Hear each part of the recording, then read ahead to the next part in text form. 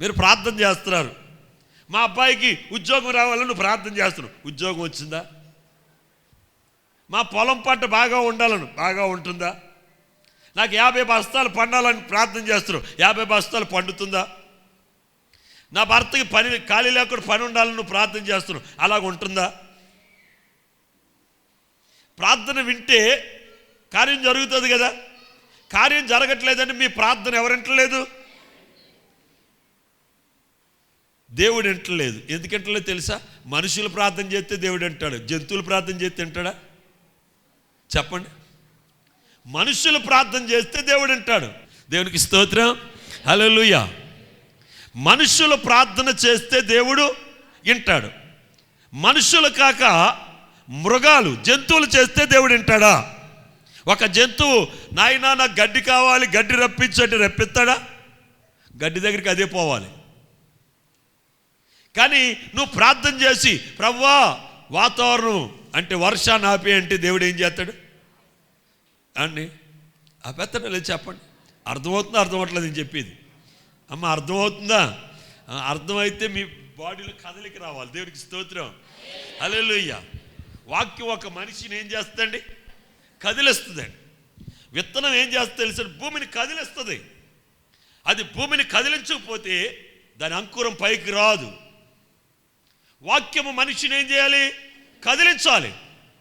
కదిలించలేదంటే నువ్వు ఇంకా ఎలాగున్నా తెలుసండి, రాతి నేలలాగే ఉన్నావు. నువ్వు ఇంకా నీలో మృదువైనటువంటి స్వభావం రాలేదు. ఎంతకాలం నుండి నువ్వు భక్తి చేస్తున్నా, ఎంతకాలం నుండి విశ్వాసంలో ఉన్నా సరే నీలో స్వభావం మారలేదు. అదే స్వభావం, అదే స్థితి. ఆ శిలువ మీద ఉన్నటువంటి ఆ కుడి ప్రక్కన ఉన్న దొంగ అంటున్నాడు, ఎడవైపు పడుతున్నాడు, నువ్వు ఇంకా అదే స్థితిలో ఉంటావా? నువ్వు ఇంకా మారవా? వాక్యము నిన్ను త్రాకుతున్నప్పుడు నీ హృదయం స్పందించాలి, నీ మనసు స్పందించాలి. నీలో ఒక గొప్ప మార్పు, గొప్ప ఉద్యోగం నీలో రావాలి. దేవునికి స్తోత్రం, హల్లెలూయా. వాక్యం ఒక వ్యక్తిని మండించాలి, వాక్యం ఒక వ్యక్తిని వెలిగించాలి. ప్రియమైనటువంటి వారా, ఇక్కడ ఒక వ్యక్తి, ఒక మనుష్యుడు ప్రార్థన చేసినప్పుడు ఆ ప్రార్థన దేవుడు వినాలంటే ఆ మనిషి మొదట యథార్థవంతుడై ఉండాలి. యథార్థవంతుల యొక్క ప్రార్థన దేవుడు చెప్పాలి, గ్రహించాలి. నీ ప్రార్థన వినట్లేదంటే నీలో ఏమి లేదు. నీ ప్రార్థన వినట్లేదంటే నీలో ఏమి లేదు. ఇంకా పాపంలోనే ఉందాం అనుకుంటున్నావా? పాపంలోనే పుట్టావు, పాపంలోనే ఇప్పుడు దాకా పెరిగావు. ఇక పాపంలోనే చచ్చిపోయావు అనుకో, నువ్వు నరకానికి పోతావు, ఇక్కడ రావక్కర్లేదు. నేను నా పాపాన్ని విడిచిపెట్టలేకపోతున్నాను అనుకున్న వారు ఇక్కడ రావక్కర్లేదండి. దేవుని మందిరానికి ఎవరు రావాలి? పాపమును విడిచిపెట్టి పరిశుద్ధుడిగా మారాలనుకున్న వారు దేవుని మందిరానికి రావాలి. వాళ్ళతోటి దేవునికి పని అండి. పాపాన్ని విడిచిపెట్టలేని వారు దేవునికి వారితో పని లేదండి. అంచెదనాన్న ఆయన అంటాడట, మీరెవరో నాకు తెలియదు అంటారట. మీరు అంటారంటే అప్పుడు మేము పౌలు గారి చర్చికి సంబంధించిన, లేకపోతే పలానా వాని సంఘానికి సంబంధించిన అంటే మీరెవరో నాకు తెలియదు. మనం ఎవరికి సంబంధించిన వారిగా ఉండాలి? దేవునికి సంబంధించిన వారిగా ఉండాలి. అంటే మనం ఏం విడిచిపెట్టాలి? పాపాన్ని విడిచిపెట్టాలి. నువ్వు ఇంకా పాపములోనే ఉంటూ, పాపములోనే బ్రతుకుతూ, పాపములోనే జీవిస్తూ, పాపము తలంపులతో ఉంటే దేవుడు నీ ప్రార్థన వినడు. నీ జీవితంలో మేలు జరగవచ్చు, చిన్న చిన్న మేలు. జ్వరం వస్తే ప్రభువా తగ్గించంటే జ్వరం తగ్గించవచ్చు. నీ కుటుంబంలో బాగోకపోతే నాయన బాగుండేటట్టు చేయొచ్చు. ఇటువంటి కార్యాలన్నీ మీరే కాదండి, ఒక ముస్లిం వచ్చి ప్రార్థన చేసిన దేవుడిని అడిగినా దేవుడు చేస్తాడు ఇలాంటి కార్యాలు. ఇది కాదు కదా మనకి. మనం ఎందుకు ఇక్కడికి వస్తున్నాం? నరకము నుండి నిత్య రాజ్యంలో ప్రవేశించాలి, పరలోకం వెళ్ళడానికి. మీరు ఎందుకు వస్తున్నా నాకు తెలియదు. నేను వాక్యం ఎందుకు ప్రకటిస్తున్నానంటే నేను నరకానికి పోకుండా పరలోకం వెళ్ళాలని. దేవునికి స్తోత్రం, హల్లెలూయా. అందుకే నాకు నా కుటుంబం కంటే, మీకంటే, నాకు కలిగిన సమస్తం కంటే నాకు దేవుడే ఎక్కువ. దేవునికి స్తోత్రం, హల్లెలూయా. యేసయ్యే నాకు ముఖ్యము. యేసయ్య మాటే ముఖ్యమండి. యేసయ్య అంటున్నాడు, నువ్వు యథార్థవంతుడిగా ఉండు, నేను నీ ప్రార్థన నేను వింటాను. నువ్వు యథార్థతను విడిచిపెట్టొద్దు. ఏబు తన యథార్థతను విడిచిపెట్టలేదు కాబట్టి ఏబు ప్రార్థన దేవుడు అన్నాడు. ఈ దినాల్లో చాలామంది యథార్థతను విడిచిపెట్టేస్తున్నారు, భక్తిని విడిచిపెట్టేస్తున్నారు, విశ్వాసాన్ని విడిచిపెట్టేస్తున్నారండి. అలా విడిచిపెట్టుకోకుండా ఉంటే మన సంఘం ఇంకో మందిరం నేను పక్కన కట్టాలండి. దేవుడికి స్తోత్రం, హల్లెలూయా. మన దరిదాపుగా క్రిస్మస్కి 3,000 మంది ప్రజలు వచ్చారు ఇక్కడికి. నేను ఎరగని ప్రజలు, నా దగ్గరికి రాని ప్రజలు ఎవరో కాదండి. వీళ్ళందరికీ ఏదో ఒక టైంలో, ఏదో ఒక స్థితిలో, ఏదో ఒక పరిస్థితిలో నేను ప్రార్థన చేసినప్పుడు దేవుడు వారి జీవితంలో కార్యం జరిగించిన వారే. కొంతమంది నా దగ్గరికి వచ్చి వాళ్ళు వచ్చేసారండి, వీళ్ళు వచ్చేసారండి. వీళ్ళందరూ నాకు తెలిసిన వాళ్ళే. దేవునికి స్తోత్రం. నాకు తెలియని వాళ్ళు ఎవరు కాదండి. నేను ఎరగని ప్రజలు ఎవరు కాదండి. దేవుణ్ణి స్మరించిన వారు ఎవరు కాదండి. దేవుని నామమును ప్రార్థన చేయని వారు ఎవరు కాదండి. వీళ్ళందరూ దేవుని అంటే నమ్మకం కలిగినటువంటి వారే. కానీ వారిలో యథార్థత లేదు. పాపాన్ని విడిచిపెట్టలేక దేవుని మందిరానికి రాలేకపోతున్నారు. ప్రియ దైవజనాంగమా, నువ్వు దేవుని సన్నిధికి వచ్చావు. ఈ మధ్యాహ్న కాలంలో దేవుడు నీతో మాట్లాడుతున్నాడు. నీ ప్రార్థన నేను వింటాను. నువ్వు యథార్థవంతుడివై ఉండు. యథార్థవంతుడు. ఏనోషు ప్రార్థన చేయటం మొదలుపెట్టాడు. ఒక మనుష్యుడు ప్రార్థన చేయటం మొదలుపెట్టాడండి. మనుష్యుడు చేసిన ప్రార్థన దేవుడు విన్నాడు. నమ్ముచున్న వారు 2 చేతుల పైకి దేవుని స్తోత్రం చెప్పండి. మనుష్యులు చేసే ప్రార్థన దేవుడు వింటాడు. నీ ప్రార్థన దేవుడు వినాలంటే నువ్వు మనిషిగా మారాలి. నువ్వు మనుష్యుడు అయితేనే కదా నీ ప్రార్థన దేవుడు వింటాడు. నీ ప్రార్థన దేవుడు వినట్లేదంటే దాని అర్థం నీలో మనుష్యుడు లేడు. మనిషి ఎలాగ ఉండాలట? 1 యథార్థవంతుడుగా ఉండాలి. యథార్థవంతుడు. ఏ పని ఒక మనుషుడట ఎలాగ ఉన్నాడట? యథార్థవంతుడుగా ఉన్నాడట. యథార్థత అంటే ఏంటో తెలుసండి? దోషము లేనివాడు. లేడు, దోషము లేనివాడండి. దైవ చిత్తానుసారమైన మనస్సు కలిగిన వాడు, దేవుడి మనస్సును ఎరిగి నడుచుకున్నవాడు, దేవుడు మెచ్చుకున్నవాడు మనిషి అండి. ఇక్కడ ఏమని ఎవరు మెచ్చుకుంటున్నారు? చెప్పాలి గట్టిగా. దేవుడు మెచ్చుకుంటున్నాడు. మరి ఈ మధ్యాహ్న కాలంలో దేవుడు ఎక్కడ నీతో ఉన్నాడు? ఆయన నిన్ను మెచ్చుకునే పరిస్థితి ఉందా? ఆయన నిన్ను మెచ్చుకునే పరిస్థితి ఉందా? ఒకసారి ఆలోచన చెయ్యి. దేవుడు మెచ్చుకున్నటువంటి వాడు అంటే ఎలా కొట్టాడు తెలుసండి? 2 అంతలుగా ఆశీర్వదింపబడతాడు. దేవునికి స్తోత్రం కలుగును గాక. హల్లెలూయా, హల్లెలూయా. మీలో ఎంతమందికి 2 అంతల ఆశీర్వాదం కావాలి? ఎవరికి అక్కర్లేదా? 2 అంతల ఆశీర్వాదం కావాలి కదా. 2 అంతల ఆశీర్వాదం కావాలంటే నువ్వు ఎలాగుండాలి?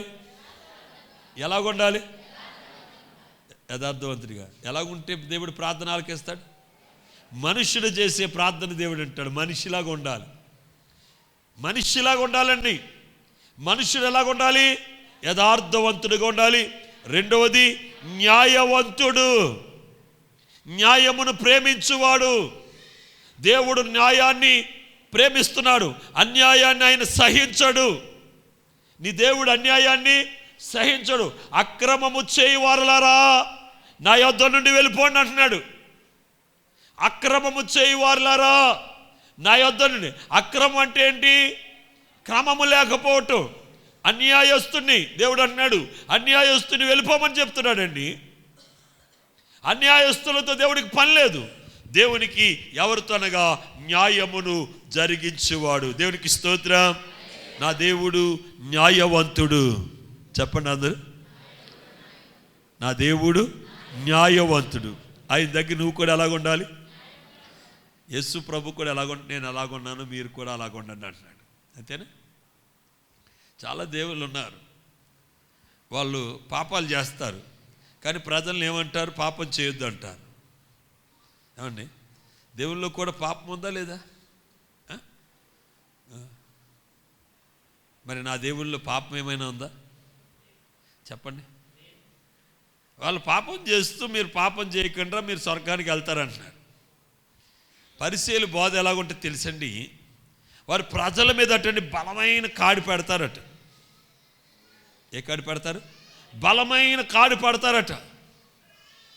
వారు తమ చిటికిన వేలుతో కూడా దాన్ని మొయ్యరట. అంటే దానిలో ఒక్కడు కూడా వారు ఆచరించరు, కానీ ప్రజలను ఆచరించాలని వాళ్ళని ఏం చేస్తారు? చాలా భయపెడతారు, చాలా బాధ పెడతారండి. అయితే ప్రభు అంటున్నాడు, పరిసయ్యుల నీతి కంటే, శాస్త్రుల నీతి కంటే మీ నీతి అధికం కావాలి. పరిసయ్యుల నీతి పని చేయదండి, శాస్త్ర నీతి పని చేయదు. ఇక్కడ ఏ నీతి పని చేస్తుంది? దేవుని నీతి. దేవుని నీతి ఏంటో తెలుసండి. నీకు ఎవడైనా అన్యాయం చేసినా సరే వాడికి ఏం చేయాలి? నువ్వు అన్యాయం చేయాలి. ఏమండి పరిసయ్యుల బోధ ఏంటి? నిన్ను ఎవడైనా కొట్టాడు అనుకోండి, నన్ను కొట్టమంటుంది. నిన్ను ఎవడైనా బాధ పెట్టాడు అనుకోండి, వాడిని బాధ పెట్టమంటుంది. నిన్ను ఎవరైనా ఇబ్బంది పెట్టారు, వాళ్ళు ఇబ్బంది పెట్టమంటుంది. ఇది పరిసయ్యుల బోధ. కానీ ఆయన బోధ ఏంటో తెలుసండి, నిన్ను ఒకడు కుడి చెంపను కొడితే వాడికి ఎడం చెంప చూపించు. నీకు ఒకడు అన్యాయం చేస్తే వాడికి నువ్వు మేలే చేయి, కీడు చేయొద్దు. అప్పుడు పరలోకమందు నీ ఫలం ఏమవుతుంది? అధికమవుతుంది. దేవునికి స్తోత్రం. హల్లెలూయా, హల్లెలూయా. మీ దగ్గర ఒక 10 లక్షలు ఉన్నాయనుకోండి, ఇల్లు ఒకలాగా కట్టుకుంటారు. అదే 20 లక్షలు ఉన్నాయి అనుకోండి, ఒక 1 కోటి రూపాయలు ఉన్నాయి అనుకోండి, ఓ 10 కోట్లు ఉన్నాయి అనుకోండి, ఇంకా గొప్పగా కట్టుకుంటారు కదా. ఎందుకంటే మీ సంపదను బట్టి మీరు జీవించే జీవిత విధానం ఏమవుతుంది? మారుతుంది. అలాగే పరలోకములో మనం ఆస్తిని కూర్చుకుంటే, ఎక్కువ ధనం అక్కడ కూర్చుకుంటే, అక్కడ మనం కూడా ఏ స్థానంలో ఉంటాం? ఘనమైన చోటులో ఉంటాము. దేవునికి స్తోత్రం కలుగును గాక. హల్లెలూయా. మీకందరికీ ఘనమైన స్థానం దేవుడిచ్చును గాక. పరలోకములో మీ ఫలం అధికమగును గాక. పరలోకములో మీరు సంపన్నులుగా ఉందురు గాక. హల్లెలూయా. ఉంటారా? ఏమా ఆదివారం కూడా పనికి వెళ్తున్నామంటే ఎక్కడ డబ్బు సంపాదిద్దామని? భూమి మీద పరలోకంలో డబ్బు సంపాదిద్దామంటే ఆదివారం ఏం చేస్తావు? ఆరాధనకు వచ్చేస్తాం. ఎక్కడైనా కూటమి ఉన్నదంటే ఎక్కడున్నా సరే ఏం చేస్తావు? పరిగెత్తుకెళ్తాం. మన కూట పెట్టి ఇక్కడే ఎక్కడెక్కడ వాళ్ళు వచ్చారండి, ఆ పక్క వాళ్ళు అరుగులట్టుకుని వదలట్లేదండి. ఏంటో నాకు అర్థం అవ్వట్లేదు. దేవునికి స్తోత్రం. హల్లెలూయా. అర్థమవుతుందా? అర్థం అవ్వట్లేదా? మరి రాత్రులు కూడా ఏం చేసేస్తాం నాకు తెలియదు. దేవునికి స్తోత్రం. నిర్బంధించే భర్తలు లేరు, నిర్బంధించే పిల్లలు లేరు. మందిరానికి వెళ్తానంటే అమ్మ ఎల్లు, అవసరమైతే నేను దింపుతాననేటువంటి స్థాయికి దేవుడు తీసుకొచ్చాడు. అయినప్పటికీ ఇల్లు ఇడిచిపెట్టి వస్తలేదండి. రేపు మీ ఇంటికాడ కూటమి పెట్టాలి కదా. ఏమండి గమనించండి ప్రియమైనటువంటి, కూటికి ఉన్నదంటే మనం ఖచ్చితంగా అక్కడ ఉండాలి. ఒకరోజు కొంచెం లేటుగా పడుకున్నంత మాత్రాన మన ప్రాణం ఏమీ పోదండి. అర్థమవుతుందా? అర్థం అవ్వట్లేదా? కనుక ప్రియమైనటువంటి వారరా, దేవుని విషయంలో మీరు ఎంత ఎలక్ట్గా ఉంటే, ఎంత భయభక్తులతో ఉంటే దేవుడు అంతగా మిమ్మల్ని ఏం చేస్తాడు? ఆశీర్వదిస్తాడు. ఇక్కడ మనం చూస్తుంటే ఒక మనుష్యుడు ఎలాగ ఉండాలటండి? యథార్థవంతుడును న్యాయవంతుడు. న్యాయాన్ని జరిగించాలి, నీతిని జరిగించాలి. మీ నీతి మిమ్మల్ని ఎక్కడికి తీసుకెళ్తుందంటే ఘనతకు తీసుకెళ్తుందట. ఒకని నీతి ఒకరిని ఏం చేస్తుందండి? ఘనపరుస్తుంది. మనం చచ్చిపోయి కూడా మన పేరు చెప్పుకోవాలి. ఎప్పుడు జరుగుతుంది అది? చెప్పండి. చనిపోయిన తర్వాత కూడా మన పేరు చెప్పుకోవాలి. నీతి. యేసయ్య ఎక్కడో పాలస్తీనా దేశంలో చనిపోయాడండి, అవునా కదా? ఇప్పుడు ప్రపంచ దేశాలన్నీ కూడా ఆయన నామాన్ని జపిస్తున్నాయంటే ఎంత ఘనతకి ఎక్కాడండి ఆయన. ఇంత ఘనతకి వెళ్ళడానికి గల కారణం ఏమిటంటే ఆయన న్యాయవంతుడు. దేవునికి స్తోత్రం. హల్లెలూయా. యేసయ్య న్యాయవంతుడు. ఆయన దగ్గర అన్యాయం లేదు, ఆయన దగ్గర అక్రమం లేదు. ఓ మనుషుడా, నీవు ఇప్పుడే నీలో ఉన్న అన్యాయాన్ని నువ్వు విడిచిపెట్టు, న్యాయవంతుడిగా ఉండు. నీ ప్రార్థన దేవుడు వింటాడు, నీ ప్రార్థన దేవుడు వింటాడు. దేవుడు నీ ప్రార్థన విన్నాడంటే కార్యం జరుగుతుంది.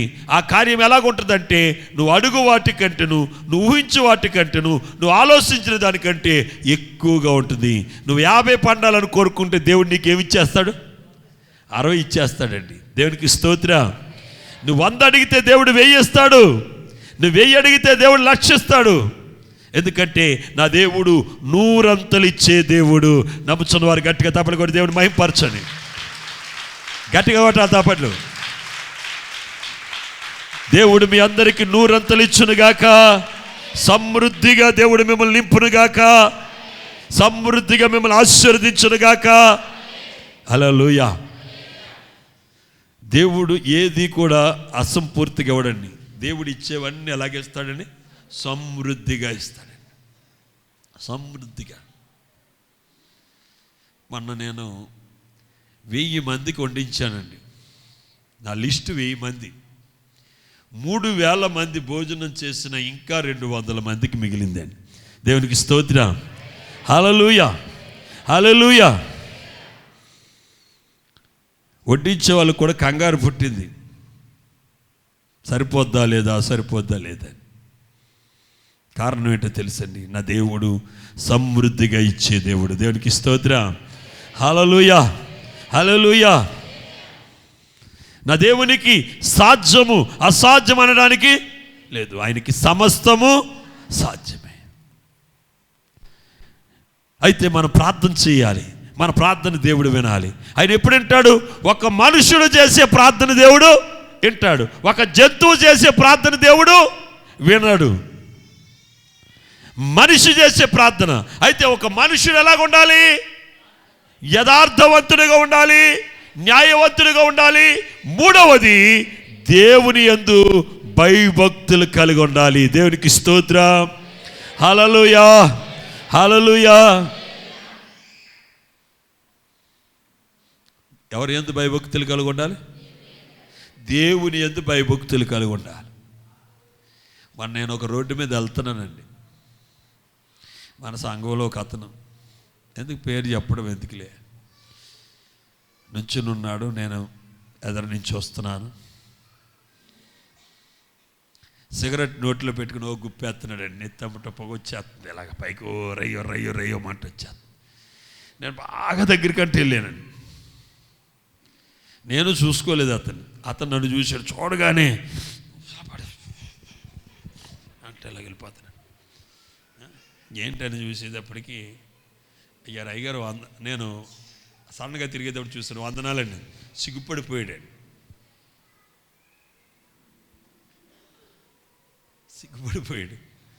సిగ్గుపడి అయ్యగారు చూసేశారా అంటున్నాడు. నేను చూడటమే, నువ్వు ఎప్పటి నుంచో పని చేస్తున్నావు నాకు తెలుసు. ఇప్పుడు నాకు భయపడటం కాదు కానీ ఎవరికి భయపడాలి? దేవునికి నువ్వు భయపడాలి. దేవునికి నువ్వు లోబడాలి. నీ ప్రార్థన దేవుడు వినాలంటే దేవునికి నువ్వు ఏం చేయాలి? దేవునికి భయపడాలి. దేవునికి భయభక్తులు కలిగి ఉండాలండి. ఎప్పుడైతే దేవునికి మనం భయపడ్డామో మనం పాపం చెయ్యం. ఎప్పుడైతే పాపం చేయమో దేవుడు మన ప్రార్థన వింటాడు. దేవునికి స్తోత్రం. హల్లెలూయా. ఇక్కడ ఈ మనుషుడు అటండి న్యాయవంతుడై ఉన్నాడు, యథార్థవంతుడై ఉన్నాడు. దేవుని యందు భయభక్తులు కలిగి ఏం చేస్తున్నాడటండి? చెడుతనమును విసర్జిస్తున్నాడు. ఏ విసర్జించాడట? ఒక్కసారి మనం ఆలోచన చేద్దామా? ఏబు కూడా చెడు చేసి ఉంటాడు. అతని బాల్య దినాల్లో తెలుసో తెలియకు, కానీ దేవుణ్ణి తెలుసుకున్న తర్వాత దేవునికి భయపడి చెడుతనాన్ని ఏం చేశాడండి? విసర్జించాడు. న్యాయవంతుడిగా ఉన్నాడు, యథార్థవంతుడిగా ఉన్నాడు. దేవునికి ఎంతగా భయపడుతున్నాడంటే తెలుసండి, ఒక పని చేయాలంటే అది దైవ చిత్తమా కాదా అని దేవుని దగ్గర విచారణ చేస్తే తప్ప ఆ పని చేయనటువంటి పరిస్థితి. కనుక అలాగా విచారణ చేస్తున్నాడు కనుక దేవుడు అతని ప్రార్థన ఏం చేశాడండి? విన్నాడు. దేవునికి స్తోత్రం. హల్లెలూయా. ఏబు శ్రమ వచ్చిన నాటి నుండి కూడా దేవునికి ఏం చేస్తున్నాడు? శ్రమ కలిగిన నాటి నుండి కూడా ఏం చేస్తున్నాడు? దేవుని దూషించట్లేదు కానీ ప్రార్థన చేస్తున్నాడు. నాకు న్యాయం తీర్చిన ఆయన. ఏబు చేసే ప్రార్థన ఏంటి? నాకు న్యాయం తీర్చు. ఇది నీకు ఇష్టం అనుకో, ఇది కంటిన్యూ చేయి, లేదా నాకు న్యాయం జరిగించు. నేను ఇంకా తెలియకోకుండా ఇంకా ఏదైనా నాలో ఉన్నదేమో అనుకున్నాడు, కానీ దేవుడు అతనిలో ఏమీ లేదని దేవుడికి కూడా తెలుసండి. కనుక ఒక్కరోజు యోబు యొక్క ప్రార్థన దేవుడు విన్నాడు. అయితే నీ ప్రార్థన దేవుడు వినట్లేదు. నీ ప్రార్థన వినాలంటే నీవు కూడా యోబు అని ఒక మనుష్యుడు ఉన్నట్టుగా నీవు కూడా ఉండాలి. ఒక మనుష్యుని ప్రార్థన దేవుడు వింటాడు. నువ్వు మనిషిలాగా ఉంటేనే నీ ప్రార్థన దేవుడు వింటాడు. మనిషి ఎలాగ ఉండాలి? 1 యథార్థవంతుడు, 2 న్యాయవంతుడు, 3 దేవుని యందు భయభక్తులు కలిగి ఉండుట, 4వది చెడుతనాన్ని విసర్జించాలి. ఈ 4 లక్షణాలు, 4 గుణాలు నీలో ఉంటే నీ ప్రార్థన దేవుడు వింటాడు. ఇప్పుడు అర్థమైంది మీకు? మీ ప్రార్థన ఎందుకు వింటలేదు అమ్మా? మీ ప్రార్థన దేవుడు ఎందుకు వింటలేదో అర్థమైందా? అర్థం అవ్వలేదో చెప్పాలి. నాకు గట్టిగా చెప్పాలి, గట్టిగా చెప్పాలి, గట్టిగా చెప్పాలి. నాకు వినపడట్లేదు, నాకే వినపడట్లేదంటే ఆయనకి ఎలా వినపడుతుంది? ఆయనకి వినపడాలి కదా. మీ ప్రార్థన దేవుడు ఎందుకు వింటలేదు? మీరు మనుష్యులు కాదు. మనం ఎలా మారాలి? ఇక్కడ జంతువులుగా ఉన్న మనము మనుషులుగా మారాలి. జంతువు ప్రార్థన దేవుడు వినడండి, మనిషి చేసే ప్రార్థన దేవుడు వింటాడు. మనుషునికి ఉండవలసిన లక్షణాలు: 1 యథార్థవంతుడు, 2వది న్యాయవంతుడు, 3వది దేవుని యందు భయభక్తులు గలవాడు, 4వది చెడుతనాన్ని విసర్జించుడు. ఈ 4 నువ్వు కలిగి ఉంటావా? నేను అడుగుతున్నాను. పరిశుద్ధాత్ముడు మిమ్మల్ని అడుగుతున్నాడు. ఈ 4 1 నువ్వు ఎలాగుండాలి? ఎలాగుండాలి? గట్టిగా చెప్పండి అందరూ. ఎలాగుండాలి? యథార్థవంతుడిగా ఉండాలి. 2వది న్యాయవంతుడిగా ఉండాలి. 3వది దేవునికి భయభక్తులు కలిగి ఉండాలి. 4వది చెడుతనాన్ని విసర్జించాలి. అప్పుడు నువ్వు చేసే ప్రార్థన నీ దేవుడు ఆకాశము నుండి ఆలకించి నీకేం చేస్తాడు? ఏనోషు కాలంలో, ఏనోషు పుట్టిన తర్వాత ఏనోషు ఏం చేయటం మొదలెట్టాడండి? ప్రార్థన చేయటం మొదలెట్టాడు. దేవుడు ప్రార్థన వినటం మొదలెట్టాడండి. ఎందుకంటే మనుష్యుడు ప్రార్థన చేస్తే దేవుడు వింటాడు. ఏనోషు ఎవడండి? మనుష్యుడు. ఏనోషు అని పేరుకి అర్థం ఏంటి? మనుష్యుడు. మనుష్యుడు ప్రార్థన చేస్తున్నాడు. ఏనోషు ప్రార్థన చేస్తున్నాడు అంటే దాని అర్థం ఏంటి? మనుష్యుడు ప్రార్థన చేస్తున్నాడు. ఆ ప్రార్థన దేవుడు వినటం మొదలెట్టాడండి. మనుష్యుడు ప్రార్థన చేయటం మొదలెట్టాడు, దేవుడు వినటం మొదలుపెట్టాడు. భూమి మీద దేవుని కార్యాలు జరగటం ప్రారంభమైనవి. దేవునికి స్తోత్రం, హల్లెలూయా. ఏదెను వనములో నుండి నరుడు తోసివేయబడిన తర్వాత దైవికమైన కార్యాలు నిలిచిపోయినాయి. అయితే ఏనోషు పుట్టిన తర్వాత మరలా దేవుని కార్యాలు మొదలైన కారణం ఏమిటంటే ఏనోషు ప్రార్థన చేయటం ఆరంభించాడు. ఏం చేయటం ఆరంభించాడు? ప్రార్థన చేయటం. మనిషిని ప్రార్థన దేవుడు వింటాడు. నీ ప్రార్థన దేవుడు వినాలంటే నువ్వు ఎలా మారాలి? మనుష్యుడిగా మారాలి. ప్రభువా నన్ను మనిషిగా మార్చమని ఎవరు మట్టుకు వారు దేవుణ్ణి అడుగుదాం. దయచేసి అందరూ కూడా మోకరించండి, ప్రార్థన చేసుకుందాం, ప్రభువుని అడుగుదాం, యేసయ్యని అడుగుదాం. హల్లెలూయా. నాలోనైనా ఇప్పుడు వరకు నువ్వు నాతో మాట్లాడావు ప్రభా. నా ప్రార్థన ఎందుకు వినట్లేదు నాకు అర్థమైందయ్యా. నా ప్రార్థన ఎందుకు నువ్వు ఆలకించట్లేదు, నా ప్రార్థనకి ఎందుకు జవాబు రావట్లేదు నాకు ఇప్పుడు అర్థమైందయ్యా. నైనా ఒక మనుష్యుడు చేసినట్టుగా నేను ప్రార్థన చేస్తానయ్యా. ఏబు వలె నేను ప్రార్థన చేస్తాను. ఏబని ఒక మనుషుడు చేసినట్టుగా నేను ప్రార్థన చేస్తాను. ఏనోషు చేసినట్టుగా నేను ప్రార్థన చేస్తానయ్యా. ఇదిగోనైనా ఒక మనుష్యుని ప్రార్థనను ఆలకిస్తూ, కానీ ఆ మనుష్యుడు ఎలాగుండాలో చెప్పావునైనా, యథార్థవంతుడిగా, న్యాయవంతుడిగా, దేవుని యందు భయభక్తులు గలవాడిగానైనా, అలాగే చెడుతనమును విసర్జించేవాడిగా ఉండాలని నువ్వు సెలవిచ్చావయ్యా. నా ప్రార్థన మీరు ఆలకించండి, నేను మమ్మల్ని మనుషులుగా మార్చనేనా. ఈ సమయం ముందు మా చిన్న పాప వచ్చి ప్రార్థనలు నడిపిస్తుంది. అందరూ ఏకీభవించండి. హల్లెలూయా, హల్లెలూయా, స్తుతి స్తుతి స్తుతి స్తోత్రం స్తోత్రం. మహాపరిశుద్ర సర్వశక్తిమంతుడ సకలాధికార మా ప్రియ పరలోకపు తండ్రి, గడిచిన కాలం నుండి ఈ కాలం వరకు మీ చంద్రకలతో కాచి కాపాడినందుకు మాకు సహాయం చేసినందుకు మీకు అనేక వందనాలు స్తోత్రాలు ప్రభా. ఈరోజు ప్రార్థనలో పాటల్లో ఇంకా ఇప్పుడు వాక్యంలో మీరే తోడుని కృప చూపించినందుకు మీకు అనేక వందనాలు స్తోత్రాలు ప్రభా. ఇంతమంది అయితే ఇక్కడ అనారోగ్యంతో వచ్చారో, వ్యాధి బాధలతో వచ్చారో, ఏదైనా కుటుంబ సమస్యలతో వచ్చారో వాళ్ళందరికీ సమాధానం కలుగజేసి తిరిగి వెళ్ళేటట్టు మీరే కృప చూపించండి ఏసయ్య. మళ్ళీ వచ్చేసరికి నీ సన్నిధిలో వాళ్ళని గొప్ప సాక్షులుగా నిలబెట్టుకోమని అడుగుతున్నాను ఏసయ్య. దీంట్రాలుగా చేసి నీ పాసని చేర్చుకోమని ఏసయ్య పరిశుద్ధ నామమున అడిగి వేడుకొంచున్నాం తండ్రి. ఆమేన్.